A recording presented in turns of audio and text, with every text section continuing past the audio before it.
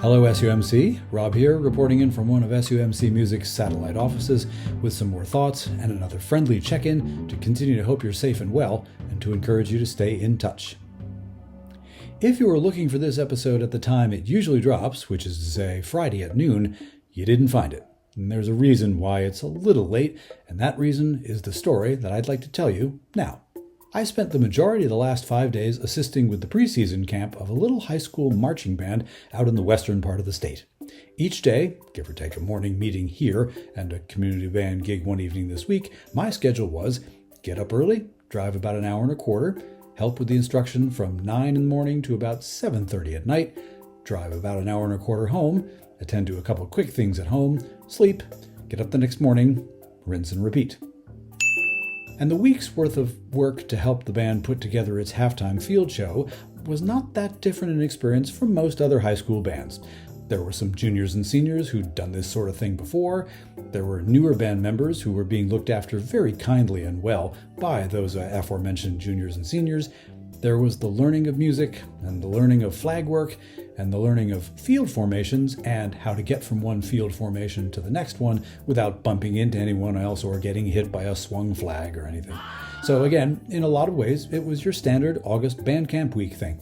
Except for one tiny little thing, and this is the thing I want to talk about here specifically. The band happens to be exceptionally small for reasons that aren't really germane to my story. There are 6 kids in the color guard with flags and other visual props and equipment. There are 3 percussionists. There is 1 twirler. And there are 6 kids who play wind instruments.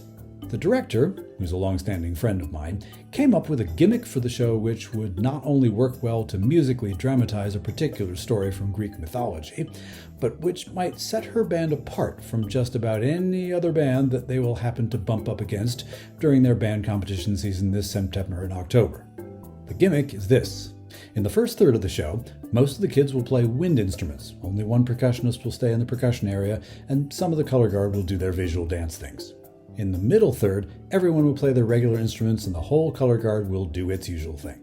And in the last portion of the show, everyone but the color guard, so all the winds and percussion, will play percussion instruments. So, to achieve this, all the brass and woodwind kids would learn to play some form of percussion. And one of the regular percussionists and 2 of the regular color guard people will learn to play a wind instrument. The upshot of the upshot is, on Monday, those 3 kids picked up brass instruments for the very, very first time. And earlier today, during the end of band camp demonstration for friends and family, the Here's What We All Accomplished This Week show, those 3 kids performed on their new instruments along their much more experienced bandmates in a sizable chunk of the final halftime production. They made it work. And I bet it was pretty hard for the audience who was there to tell who had only been on their instruments for 4 days and who were the more experienced ones.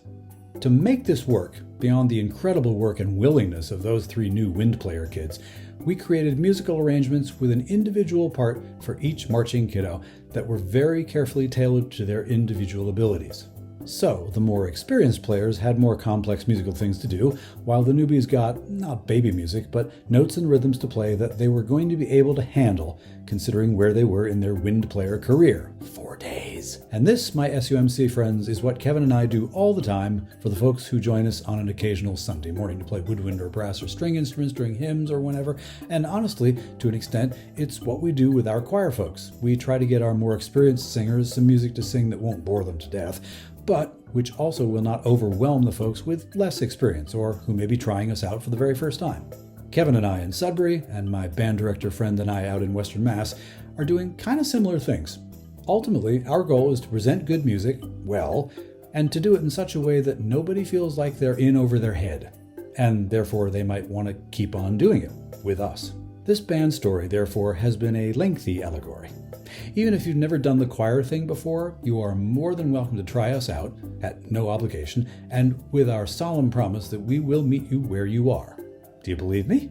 I hope so, and I think I can point you toward a few of our choir friends who will back up my story. Next week in this video space, I'll get more specific about our choir and gospel group restart for the coming program year, and that's soon. Times and places and details to come. Until then, if you've been thinking you might like to try us out, we've been thinking we'd like to make the experience as attractive as possible for you. And this little high school band allegory is an illustration of the way we plan to do that. Anyway, Please check back here every Friday afternoon, if you like, next week especially, for more video hellos here on SUMC's Facebook page or on the SUMC YouTube channel, Sudbury United Methodist Church 2501. My email address will appear here momentarily. Please feel free to use it anytime for any reason. And as always, if you need to get in touch with any church staff people for any reason, please do during normal business hours, because no matter how, no matter what, doing the work of the church together is the big thing. Keep in touch, keep the faith, stay connected.